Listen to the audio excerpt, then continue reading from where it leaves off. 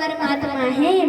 ऐसे भगवान हम सभी मिलकर के बारंबार प्रणाम करते हैं। आज आंदोलन जनरेटर है।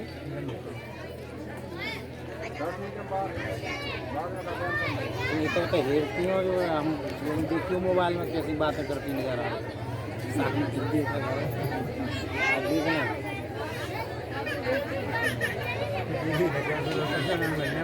एक एक मौका लगाया हमने, हर चेहरे पे लगाया। तो अपने आप घर जाके देखे कि हम कर क्या रहे थे।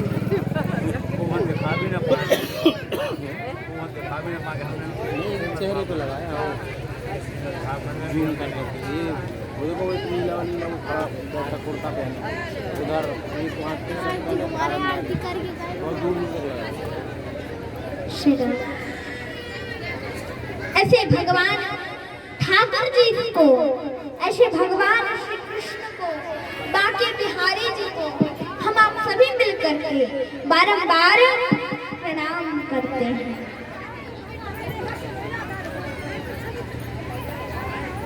देखो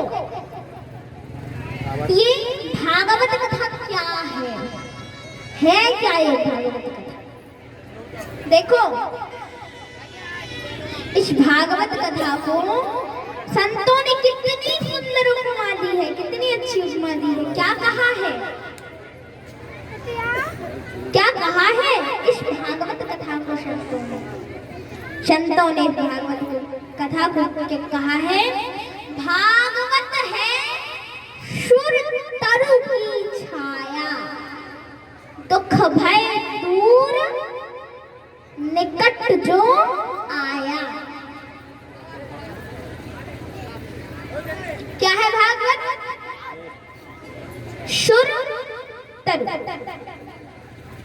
बताओ सुर तरु क्या होता है? क्या होता है सुर तरु? पता है किसी को? बताओ भक्तों, बताओ तो हाथ उठाओ। पता है किसी को? सुर तरु माने क्या होता है? सुर तरु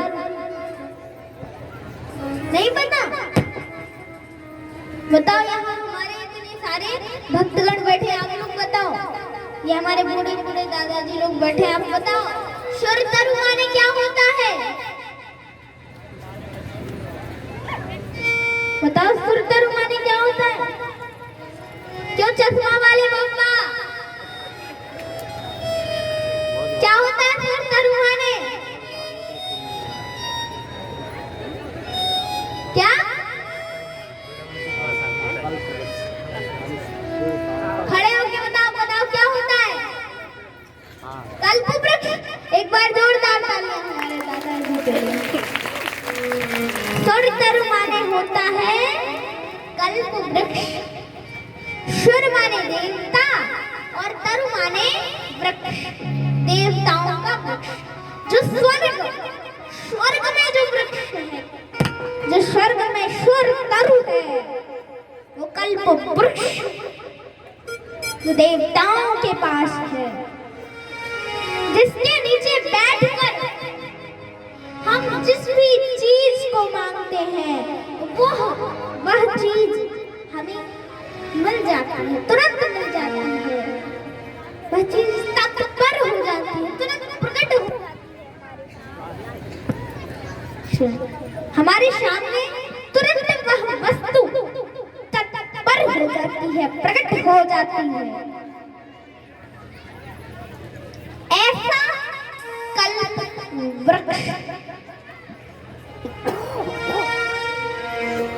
ऐसा कल्प वृक्ष जिसके नीचे आके दुख भय दूर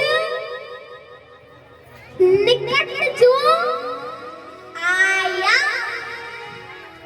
जो इसके निकट आ जाता है, ये पंडाल है सुर तरु कल्प वृक्ष।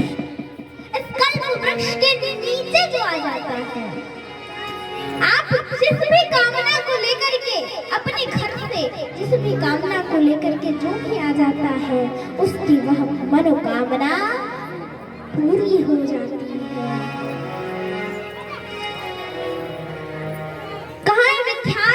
लभते विद्याम धनार्थी लभते धनम पुत्रार्थी लभते पुत्रम मोक्षार्थी लभते गतिम। जो विद्यार्थी विद्या की कामना लेकर के इस कथा पंडाल के नीचे आ जाता है और कथा को श्रवण करता है, तो उस बच्चे की, विद्यार्थी की विद्या की कामना पूर्ण हो जाती है, वो अच्छे नंबरों से पास हो जाता है।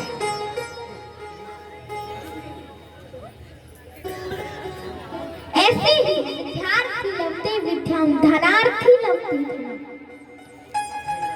जो मनुष्य, जो व्यक्ति, जो जीव, जो माताएं, जो भक्तगण, जो बच्चे धन की कामना लेकर के इस कथा पंडाल के नीचे आ जाते हैं और कथा को मन लगा करके ध्यान से श्रवण करते हैं, तो उनकी धन की कामना पूर्ण हो जाती है।